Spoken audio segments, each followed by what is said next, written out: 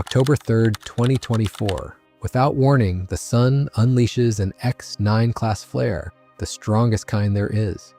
It's not a one-off. For months, geomagnetic activity has been climbing to levels we haven't seen in over 2 decades. And it doesn't stop. Here's the part that should bother you. None of this was supposed to happen. The experts who forecast our sun's behavior called for a quiet stretch.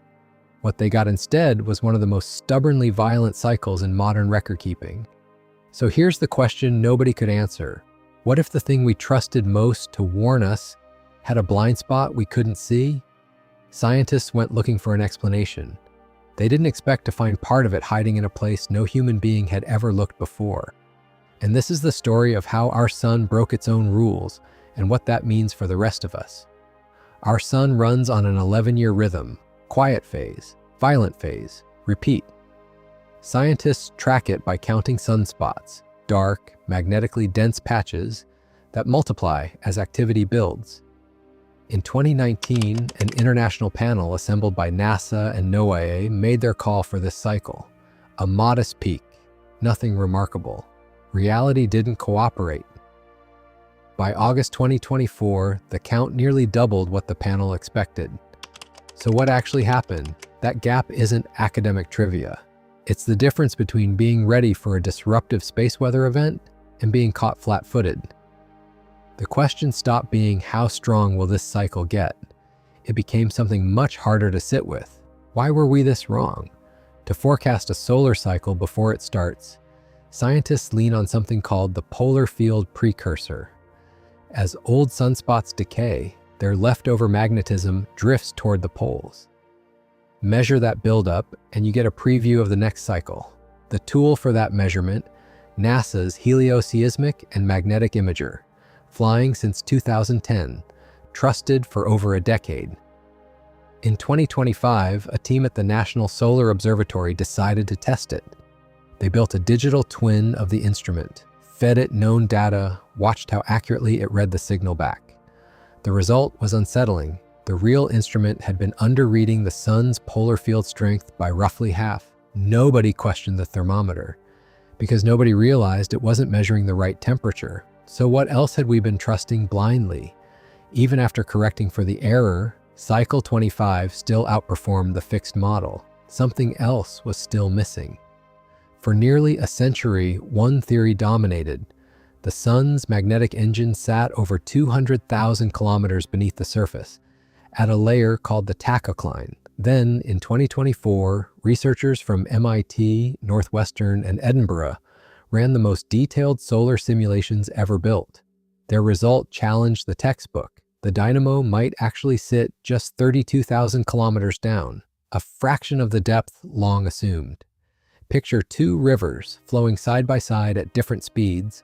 Under the right conditions, even a weak magnetic field can turn that difference into an enormous source of energy.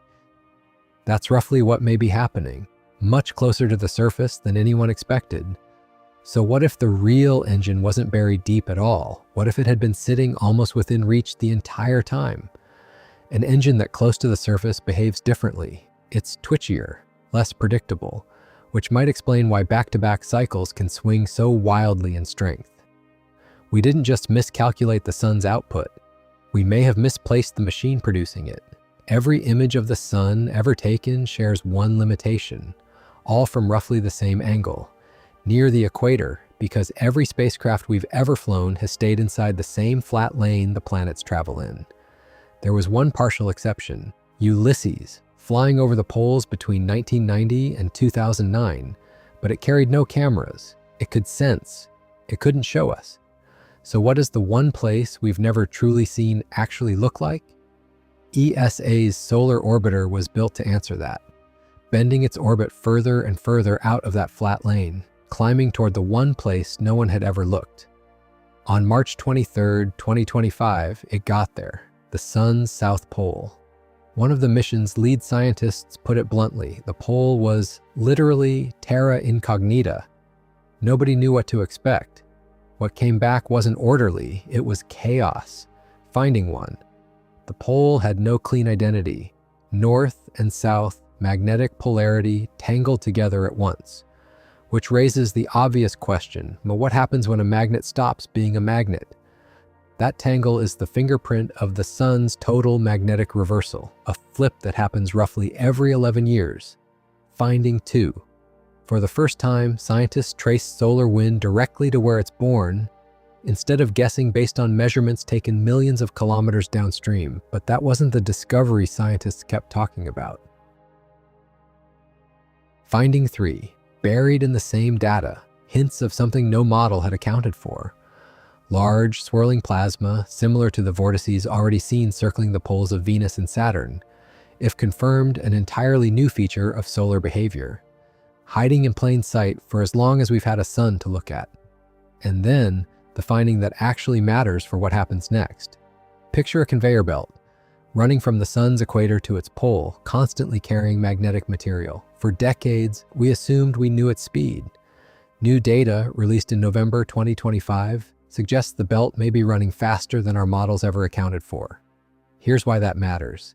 That belt is the same one feeding the precursor method used to forecast every future cycle. If it's moving faster than we thought, our estimate for cycle 26 could already be off, before a single new sunspot of that cycle has even appeared. Stack it up, a gauge that underread for years, an engine we may have misplaced, a conveyor belt running faster than we've accounted for. Each one alone is a footnote. Together, they're the reason our early warning system for the sun rests on far shakier ground than most people realize. This isn't abstract. We got a preview on May 10th, 2024. Japan's RSA satellite was perfectly positioned to record what a severe geomagnetic storm does to Earth's plasmasphere, the bubble of charged particles that help shield us from incoming solar material. Researchers watched its outer edge collapse to roughly a fifth of its normal size in under 9 hours. The lowest reading ever logged since the mission began. What does a shield look like right before it fails? That collapse left satellites across our most critical orbital bands directly exposed. GPS disruption severe enough to cause tracking failures across European airspace. Hundreds of aircraft affected, thousands of satellites burning fuel just to avoid colliding or falling out of orbit. Recovery normally takes a day or two. This time, it took over 4. Now scale that up. The benchmark for true catastrophe is still 1859's Carrington storm, powerful enough to set telegraph lines on fire. Modern estimates put the cost of a Carrington-level strike on the US alone well past $1 trillion, tens of millions losing power. For weeks, possibly longer. Here's the number that should actually sit with you. We can't determine a CME's most dangerous property, its magnetic orientation, until it reaches a monitoring post 1.5 million kilometers from Earth. Once it does, we have somewhere between 15 and 60 minutes before impact. Ask yourself, what could you actually get done in that window? 15 to 60 minutes for an event that could take down power across an entire region. And that estimate assumes our forecasting is accurate. Given everything we've just covered, that assumption is exactly what's in question. We're not standing still. NOAA's SWFOL. One satellite reached its post in January 2026, the agency's first spacecraft built solely for continuous space weather surveillance. NASA's IMAP probe sits beside it, studying how storms form in real time. Further out, ESA's Vigil mission will take a position off to the side of the Earth-Sun line, watching dangerous regions rotate into view before they're pointed at us.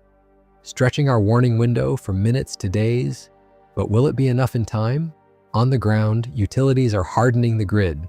Smart grid protections, surge suppressors, spare transformers ready to deploy.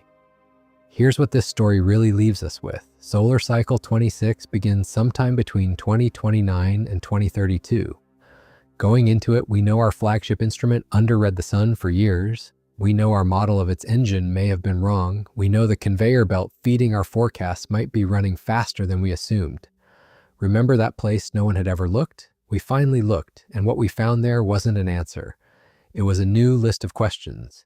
The sun never broke its own rules. It exposed the limits of ours.